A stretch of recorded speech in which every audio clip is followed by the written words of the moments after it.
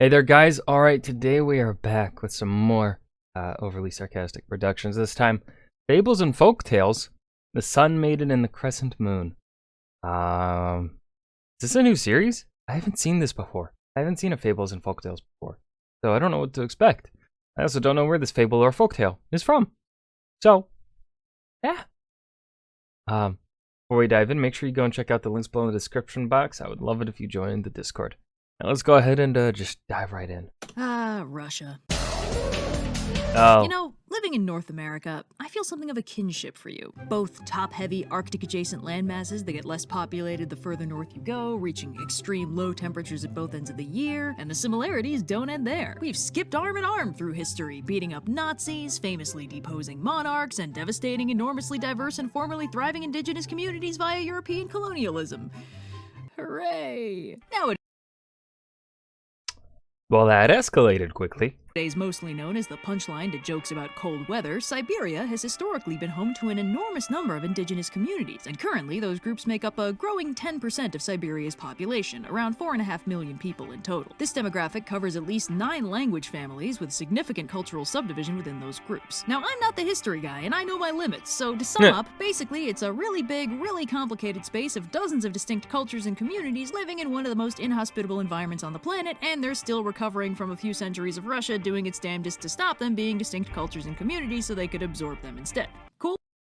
Yeah, no, that's a pretty good summarization right there. You don't really need to know more. Cool. Now, back in the early 80s, there was this dude, James Reardon, who was an Englishman with an abiding love for the finer things in life. Footballing, sports history, and communism. His passion for all three led him to spend several years studying in Moscow and familiarizing himself with the Russian language and culture. Along with his more standard Russian education, he also lived in Siberia for about 5 months total, staying with various indigenous groups and documenting some of their folktales as best he could, recording them in a book titled The Sun, Maiden, and the Crescent Moon, Siberian Folktales. Reardon did this because he was very intrigued by the unique culture of the area, so different from the more familiar societies he grew up in, and more immediately, he was very worried that the unique culture of the indigenous Siberian peoples would be lost as the rest of Russia quote-unquote civilized them. A reasonable concern, historically speaking. He was also concerned about the loss of their environment, as he drops a rather haunting concept in the preface to his book that there were plans being floated at the time to literally nuke the Siberian permafrost and melt the Arctic to unlock all the shiny precious metals and oil deposits buried under the ice, which is certainly one way to destroy a culture's historical way of life. All that to say, and destroy the world at the same time.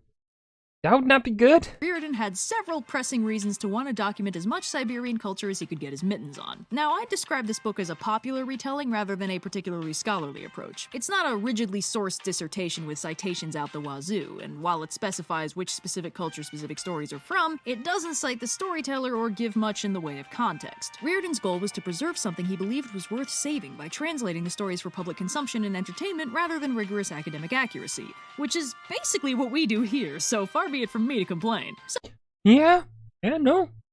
Sounds about right. So here's your complimentary grain of salt, and let's get into a story from the Ket people, The Sun, Maiden, and the Crescent Moon. Now our story begins very cheerfully, with a young brother and sister being tragically orphaned at an early age.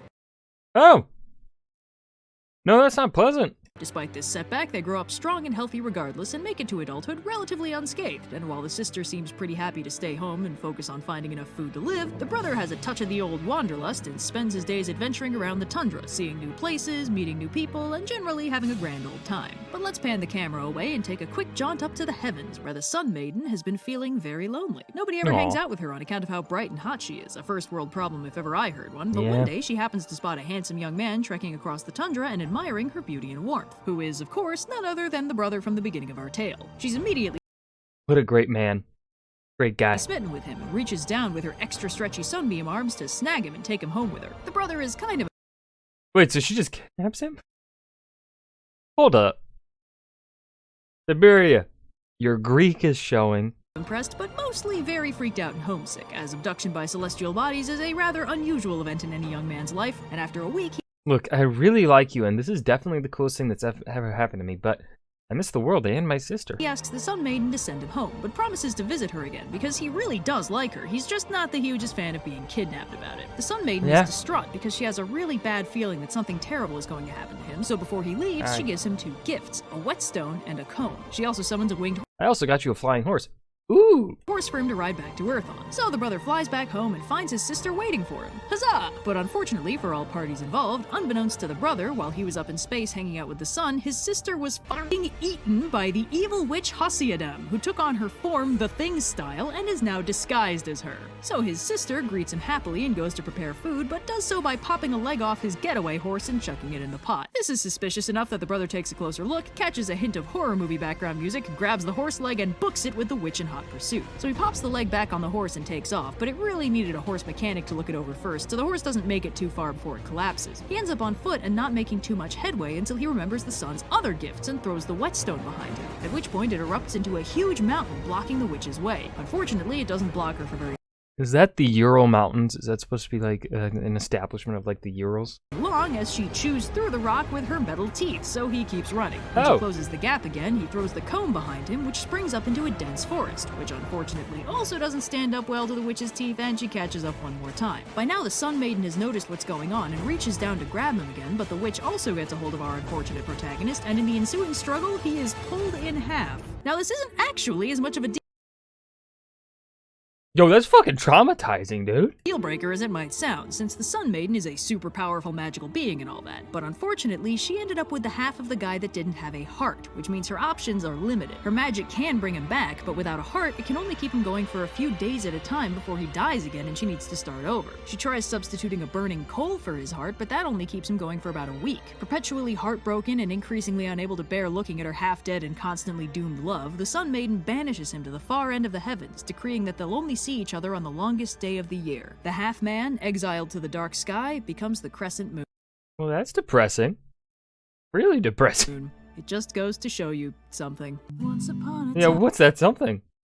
Turned my first boyfriend into the moon.